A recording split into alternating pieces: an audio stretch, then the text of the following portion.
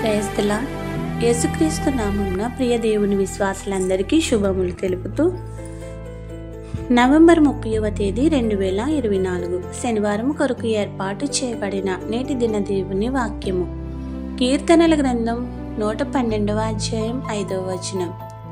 దయాళులను అప్పిచ్చువారును భాగ్యవంతులు న్యాయ విమర్శలో వారి వాయిద్యము గెలుచును. ఆమేన్. ప్రియమైన దేవుని జనాంగమా, యెహోవాను స్తుతించుడి. ఎందుకనగా యెహోవా యందు భయభక్తులు గలవారు ధన్యులు. అట్టివారముగా ఆయన ఆజ్ఞలు పాటించుచు నడుచుచు ఆయన మార్గంలో అధికంగా ఆనందించుచు ఉండే స్థితిని మనం కలిగి ఉండాలి. దేవుని యొక్క విశ్వాసంలో కొనసాగుతూ ఆయనని నిరంతరం ఆరాధించు మన సంతతి, మన సంతానం, పిల్లలు భూమి మీద బలంగా దృఢంగా నిలిచేటట్లు ఉంటే విధముగా జీవితాలు వెలిగింపబడతాయి. అలా నింపుకునే వారంగా మన యొక్క ప్రార్థనలు కొనసాగించాలి. దేవుని పిల్లలంగా మనం ఈ లోకంలో మెలగాలి. యథార్థవంతులుగా జీవించటానికి దేవుని వాక్యము ఆజ్ఞలు ఎంతో ఉపయోగపడతాయి. మన వంశములు తరతరముల వరకు దీవింపబడతాయి.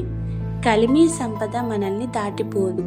దేవాది దేవుడు నిత్యము మనల్ని పచ్చిక బయళ్లపై పరుండ చేయువాడుగా, శాంతికరమైన జలముల నొద్దకు నడిపించువాడుగా మనతోనే ఉంటూ మన ఇంటిలో చీకటి ఆవరించకుండా వెలిగించి కరుణా కటాక్షం వాత్సల్యంతో నీతి గలవారముగా నిలిపి దీపముగా మనల్ని వెలిగించువాడుగా నిరంతరం దీవెనలు ఆశీర్వాదాల వర్షం కుమ్మరిస్తాడు.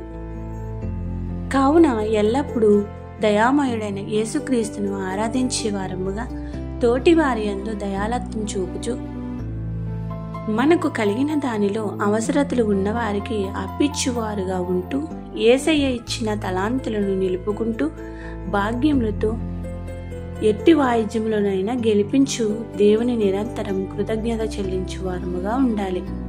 నిత్యం నిలిచే సియోను కొండ వలె దృఢంగా ఆయన శిఖరమున యేసుక్రీస్తు నామమున మనల్ని నిలుపునుగాక. ఆమేన్. ఇట్లు దేవుని సువార్త పరిచర్యలో మీ సహోదరి. ఆమేన్. God bless you. అందరికీ మరణాత.